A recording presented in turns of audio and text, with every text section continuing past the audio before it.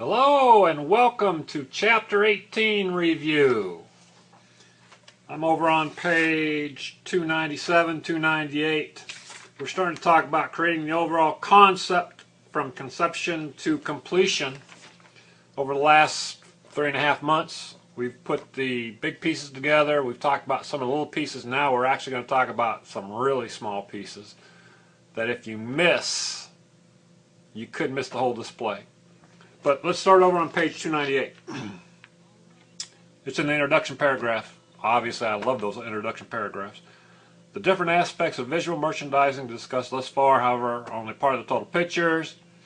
Along with eye-appealing visual presentations, advertising campaigns, special promotions, and attractive and functional merchandise display, a number of other areas must be addressed, such as packaging, hand tags, logos, marketing campaigns, etc., etc. Don't miss the small things.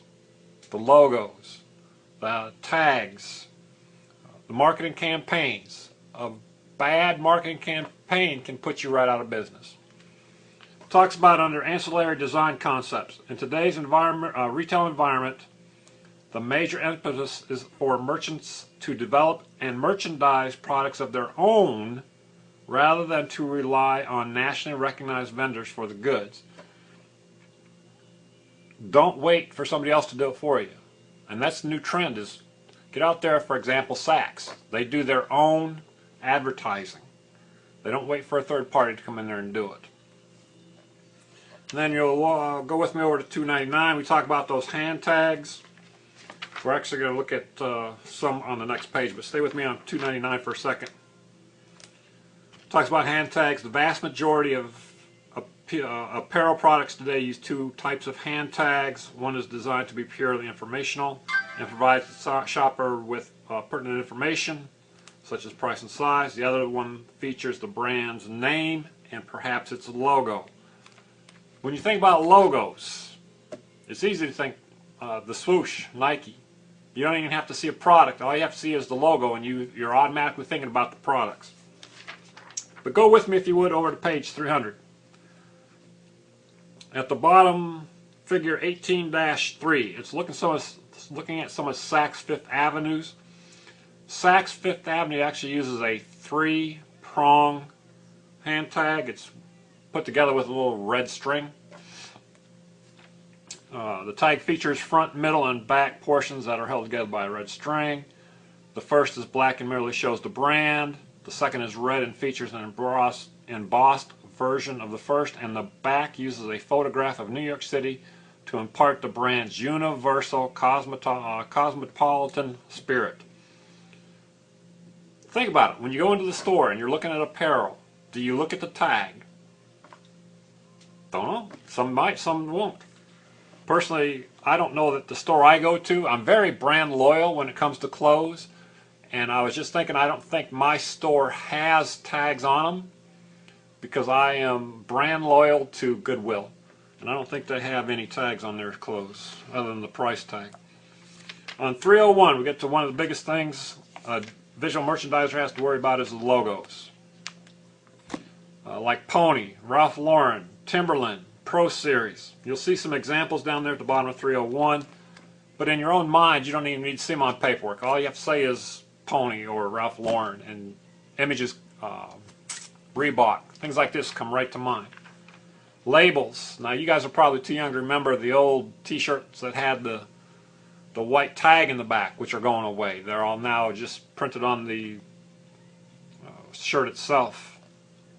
And now it's not uncommon to find labels on both the inside and the outside of some products. So it's like free advertising. They're buying your shirt and advertising for you. Now if you go with me, stay on 302 with me, look at figure 18-5 where that's that walk-in closet display. Now remember, that's a display, not an actual closet. And then talk about the facility's creation. We talked about it a little bit in chapter 4 already, but the facility's layout of any retail establishment is invaluable. Its uniqueness in terms of functionality and eye appeal helps to provide environments that enhance the merchandise offering.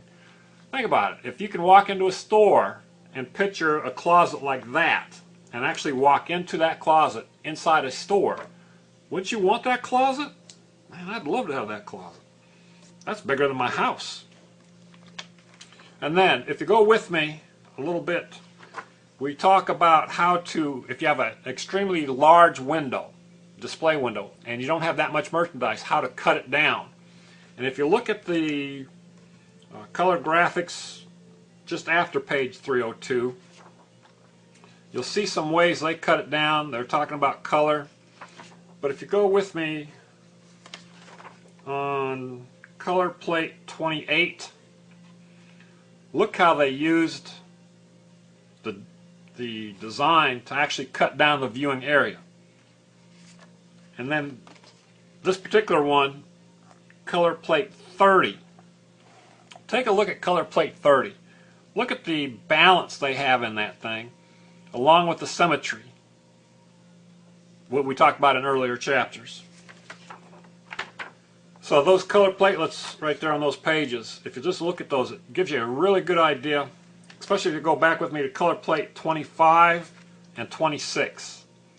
It's the same display, but if you look at 26 first, you can see the entire window.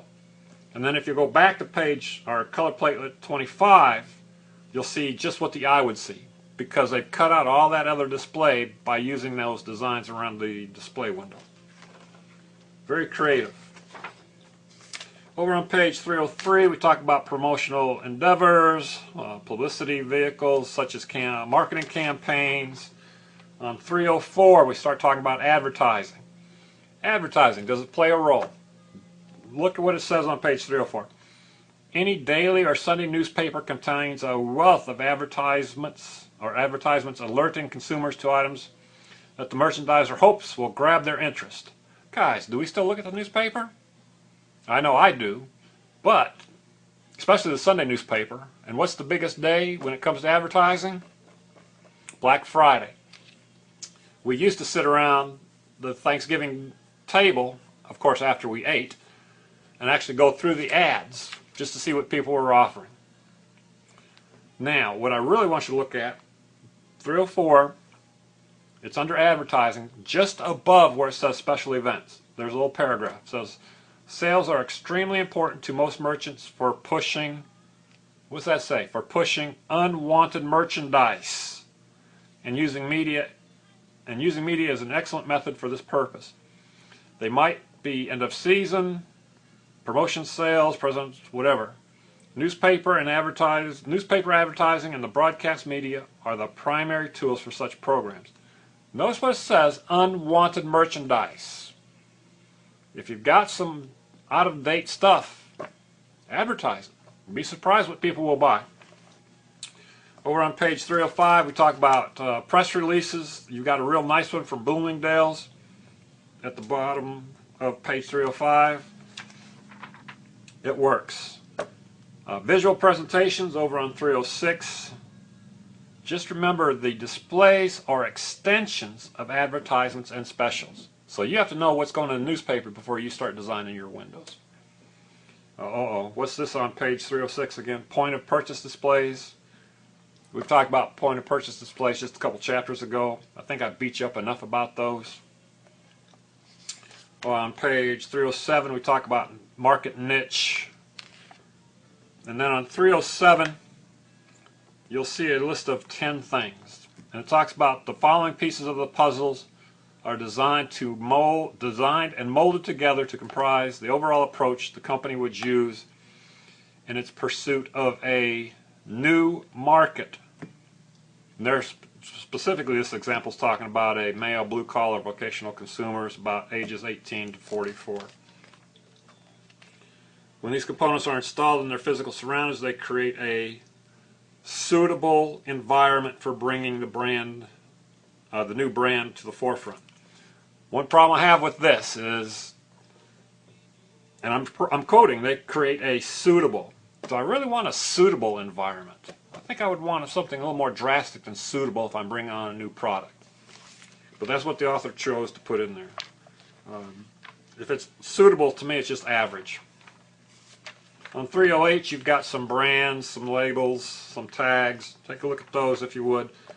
And then on page 310, you've got the key points of the chapter. If you haven't noticed by now, the key points in the chapter usually show up somewhere every couple weeks. I don't know where they show up, but they usually do.